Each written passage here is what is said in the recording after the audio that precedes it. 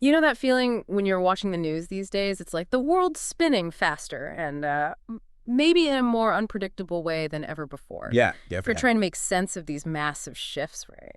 That's really what we're trying to do here, get a handle on the bigger picture, maybe without getting completely lost in the day-to-day noise. Absolutely. And today we're going to do a deep dive into a really thought-provoking perspective on all this change.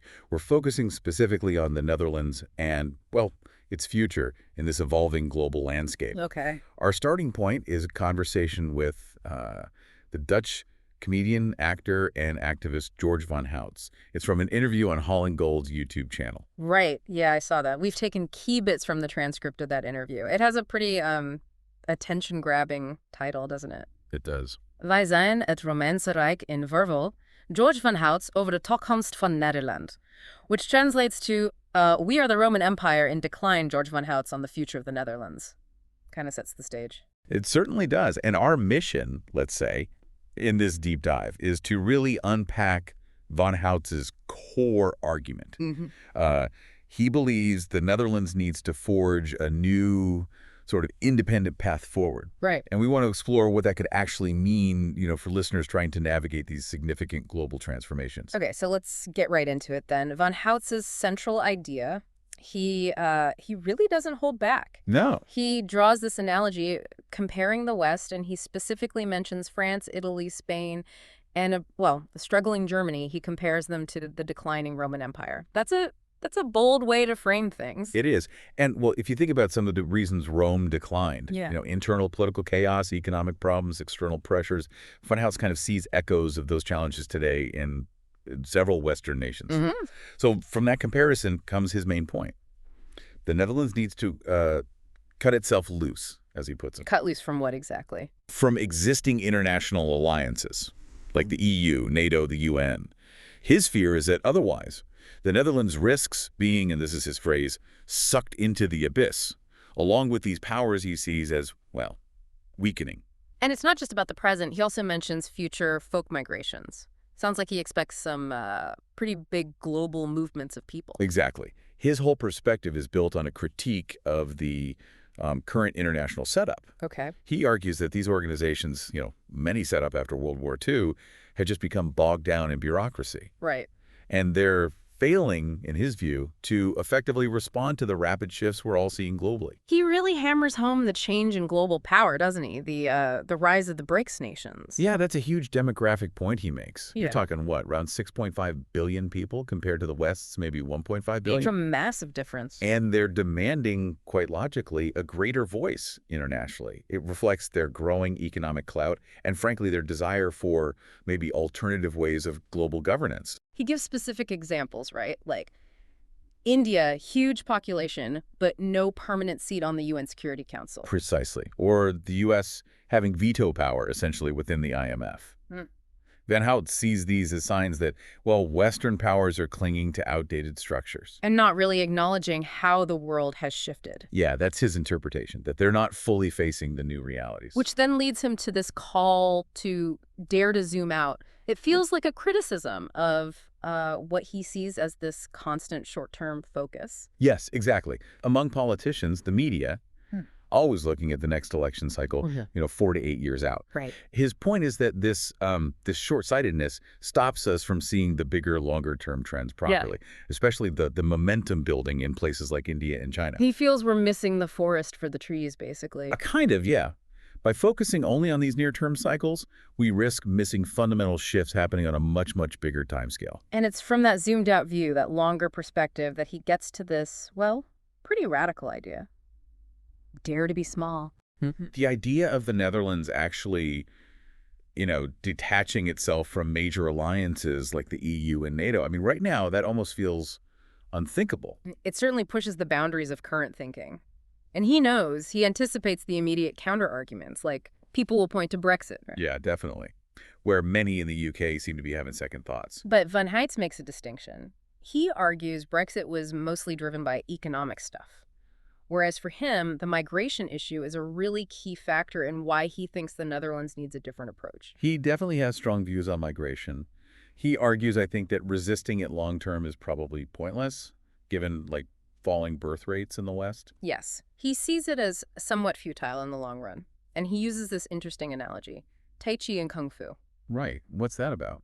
Well, the idea is about channeling the opponent's energy. So instead of this head-on resistance to demographic shifts or migration, He suggests a non-confrontational approach, almost like giving in to what he sees as inevitable, but then strategically using the energy and potential of migration for the Netherlands' benefit oh, through really proactive integration, getting people productively involved from day one, language learning, that sort of thing, not just letting things drift. so less resistance, more management. Sort of. He pictures the Netherlands as a light leak, small, nimble, independent, able to navigate the changing world on its own terms, adapt quickly, maybe focusing on niche high-tech exports or specific international collaborations, but outside those big, sometimes cumbersome organizations. He also offers a pretty direct critique of democracy as we know it, suggesting the focus on short election cycles isn't really a bug, but maybe a feature. Yeah, he puts it like that, a feature, not a bug.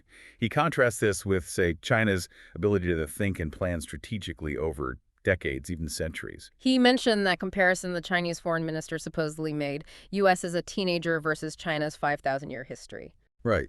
It raises this really important, maybe uncomfortable question. Does the very structure of democratic systems with regular elections inherently lead to a focus on short-term wins? At the expense of tackling the deeper, long-term global shifts. That's his point. The Yeah. very nature of Western democracies might make it hard to adopt the kind of sustained long-range planning he thinks is essential now. It's interesting. You could draw a sort of parallel between his ideas and someone like, say, Trump, who also questioned international organization. On the surface, yeah. There's definitely a shared skepticism about how well existing global structures are working. But the underlying philosophy seems really different. Oh, completely. Trump's Make America Great Again was largely about looking backwards, trying to bring back past industrial strength, often through protectionism. Right. Van Houtz, on the other hand, is arguing for a forward-looking approach. He emphasizes free trade, open alliances in specific areas. He even echoes that old Dutch idea of mar liberum, freedom of the seas, championed by Hugo de Groot. And Van Houtz is pretty critical of just trying to bring back manufacturing jobs without tackling deeper issues in the U.S., like literacy or health problems. Exactly. His vision of independence isn't about isolation or nostalgia.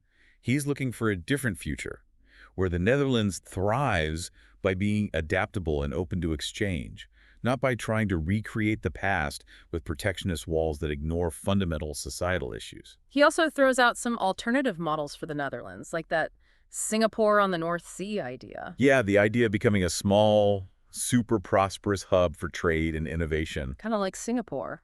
And he looks at other small, successful nations that don't rely on massive military forces, San Marino, Liechtenstein, places like that. He sees them as possible examples of a different way to exist as a nation, focused on economic strength, diplomacy, not military power. Although it's worth remembering, as the interviewer pointed out, Singapore actually spends quite a lot on defense per person, doesn't it? That's a crucial counterpoint, yeah. Being small and wealthy doesn't automatically mean zero defense investment. So how does Van Houtz respond to that? Well, his response is pretty emphatic. He's strongly anti-militaristic. He uses this quite powerful analogy, compares nations building up armies to teenagers carrying knives.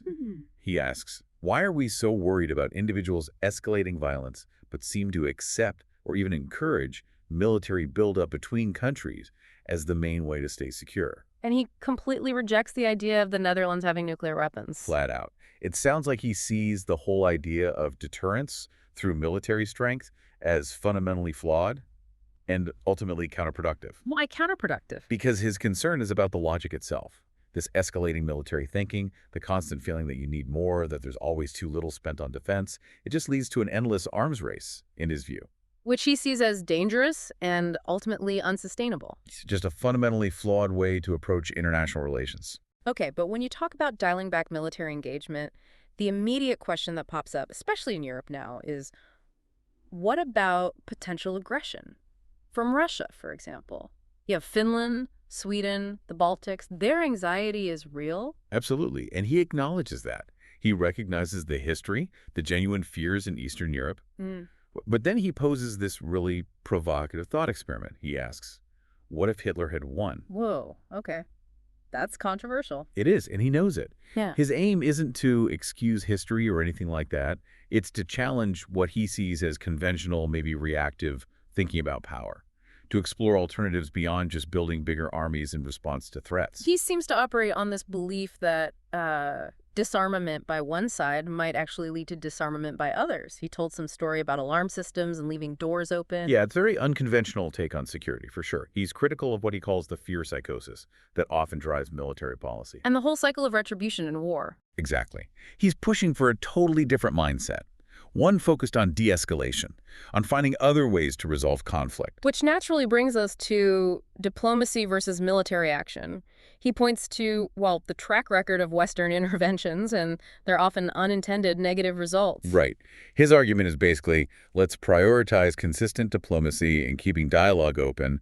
He points out the U.S. still talks to the Kremlin, right, rather than just relying on military threats all the time. Does he admit this might sound a bit idealistic? Oh, yeah. He acknowledges people might call it wishful thinking, but he says his goal is to shift the Overton window, Meaning? to make a wider range of non-military solutions seem more plausible, more discussable, to get them on the table as serious options, not just dismiss them out of hand. Okay. Let's shift gears to immigration, another area where he has some pretty strong opinions. He sounds like he supports quite open migration policies. Yes, he does. He tackles that common fear, the fear of being flooded head-on. He argues instead for smart, proactive integration strategies, like getting newcomers involved productively right from the start, prioritizing language learning as soon as they arrive, not letting them just sit around in limbo. He does acknowledge the real concerns, though, right? Population density, strain on resources. Those are big issues in the debate. He does, yeah. He doesn't ignore those. But he also points to the demographic facts on the ground in cities like Amsterdam and Rotterdam. What about them? Well, the reality is that among younger generations, non-Western populations are already very significant. And in his view, that trend is basically irreversible. So his plea is? Acknowledge reality, and then figure out how to strategically use the potential benefits of migration for the Netherlands' future. Harness that energy, don't just resist it futilely. It's interesting because he shares some concerns with, say, right-wing groups about international alliances and national sovereignty. Sure. But his actual stance on immigration itself is completely different. Totally different. His vision of an independent Netherlands isn't about closing borders. It's about believing that a more autonomous country could actually manage and integrate migration flows more effectively and beneficially. Okay, let's talk economy. Von Houts calls for rethinking the euro membership, doesn't he? Maybe even going back to a national currency, the florin. Yeah, he puts that on the table. He points out there's no clear, well-defined exit ramp for the euro itself. And he seems quite confident in Dutch economic expertise to figure out a solid plan for leaving the currency union if needed. He even mentioned that the Dutch central bank, DNB, apparently had a contingency plan ready before, also called the florin. He did mention that, and he takes it a step further. He thinks DNB should make plans like that public, open source them basically, Why? so the public can discuss them, give input. Yeah. He seems to want a very transparent, collaborative approach if such a huge economic shift were ever considered. This seems to connect to a broader critique he has, along with the interviewer, of the whole financial system. Definitely. They both voice concerns about the current fiat money system, currency not backed by gold or silver, and the huge power commercial banks have to essentially create and destroy money. And they also talked about the rise of central banks and the potential for central bank digital currencies, CBDCs. Right. And what's interesting there is their shared skepticism. They kind of suggest that all the talk about limits and safeguards for CBDCs might just be a distraction, a show fight. And the real goal is? Greater control by central authorities over every transaction. Van Houts even brings up Catherine Austin Fitts' view What's her take? that CBDCs could even become a tool for like a private oligarchy using stablecoins, and maybe central bank digital currency would, ironically, offer at least some tiny bit of accountability compared to that. So in Van Houts' ideal independent Netherlands, this would be a chance to rebuild the monetary system from scratch. That seems to be the implication. An opportunity to build something new, avoiding what he sees as the fundamental flaws and vulnerabilities of the current fiat system. Maybe something based on principles of sound money. Van Houts also mentioned possibly getting into politics himself, starting a movement called the Optimist and the Pirate. Yeah, quite a name, isn't it? He expressed a desire to get more involved politically, but also some hesitation. He worries about an outsider movement losing its way. He referenced the five-star movement in Italy, the Nar becoming the king. Right. So what about the name the optimist and the pirate? Well, the optimist part, he says, is like a small, simple sailboat, accessible to everyone. That's the Netherlands navigating the world. And pirate. Not actual pirates, No. presumably. He means it in a libertarian sense. Someone who challenges the status quo, operates outside the usual structures, think creatively, independently. And he stressed it should be about principles, not personality. Absolutely. Learning from past attempts. He wants a movement based on clear standpoints. He even talked about forming a kind of shadow cabinet with experts in key areas, suggesting a real focus on competence and policy. What about global problems that clearly need countries working together, like space stuff, international waters, fishing rights? How does his independent Netherlands handle those? His view is that individual nations can and should just negotiate and cooperate directly on specific issues like that. Without needing big, overarching global bodies. Yeah, he feels those can become too bureaucratic. He leans on the principle of subsidiarity, deal with issues at the most local or appropriate level possible. He talks about patriotism for the Netherlands as a specific construct, but argues there isn't really unified European people or demos. Which he sees as a basic flaw in the EU project. Right. He thinks the current situation in Europe feels a bit like chaotic panic football and points to renewed friction between, say, France and Germany as evidence that the current EU model might be fraying. The conversation also touched on alternative media in the Netherlands, which seems to be a tough space. It is. Van Houts has been a cultural entrepreneur for 30 years, mostly without subsidies, so he has some perspective. He talked about the constant struggle for money and also the internal clashes you sometimes get between the idealism driving these projects and the hard realities of running a business. He mentioned specific examples like Black Box, Ongehoord Nederland facing difficulties. Yeah. His advice for new ventures, like Flavio Pasquino's Lighthouse Initiative, was basically keep it small, keep it manageable. Don't try to be the mainstream media overnight. And transparency is key. Absolutely critical, he stressed. Be totally open about where the money comes from and how it's spent. That's how you build trust with your audience, your donors. He acknowledged the passion is essential, but it needs to be paired with practical financial sense. Okay, and then there was his theater show, Bureau Butenschot. What's that about? It's a deep dive, a critique, really, of the consultancy industry and its role in, as he puts it, the financialization of everything. How so? Well, his analysis is that consultancies can often create this learned helplessness in organizations. They come in, tell people what to do, and internal expertise or decision-making gets weakened. Plus, those reports often have disclaimers saying the consultants aren't actually responsible for the outcomes. Right. He traces how accountancy kind of morphed into this massive consultancy industry and gives a striking example. KPMG, a huge consultancy, writing strategic reports for the Dutch COVID response, not the Ministry of Health itself. Wow. That raises questions about accountability, doesn't it? Big time. And potential conflicts of interest. He mentioned the links between figures like Ursula von der Leyen and McKinsey, and how McKinsey seems increasingly influential at things like the Munich Security Conference. He also seemed concerned that consultants might lack real political conviction. Yeah, he used an example of one politician who came from consultancy seeming to easily switch stances. He shares anecdotes, too, about how reports often just tell the client what they want to hear filled with jargon. Bullshit bingo, he called it. So he sees consultancy as a kind of parasitic growth. That was his term, yeah. Wielding huge influence, often without real accountability.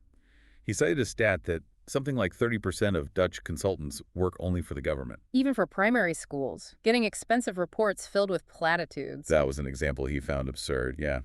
But despite this sharp critique, the show itself, Bureau Butenschot, has been successful. He mentioned upcoming performances, a big anniversary show. And he offered tickets to listeners. Yeah, for people who leave insightful comments about how his Netherlands 2.0 vision could actually be put into practice. A nice gesture. So, okay, to wrap this up, George Van Houts is presenting a pretty radical vision, isn't he? Truly radical, yeah. A compelling, if controversial, call for significant independence from current global structures. It all stems from his critique of their effectiveness and ability to adapt. We've touched on his strong anti-military stance, his unusual take on embracing migration through smart integration. And his proposals for major economic and financial changes, like potentially leaving the euro. It's definitely a challenging perspective he offers. Provocative, maybe intentionally so. but it gives you a different lens to look at the future of the Netherlands and maybe our own place in this rapidly changing world. Absolutely. It forces you to question assumptions. So here's maybe the final thought for everyone listening to wrestle with. What parts of Van Hout's vision, however out there they might seem at first, could actually hold valuable seeds of thought? Valuable ideas for navigating this complex future we're heading into. Yeah, how do we find that balance Uh, between national sovereignty, the undeniable need for international cooperation on some issues, and, our own individual agency in all of this? Lots to think about. Thanks for joining us for this deep dive.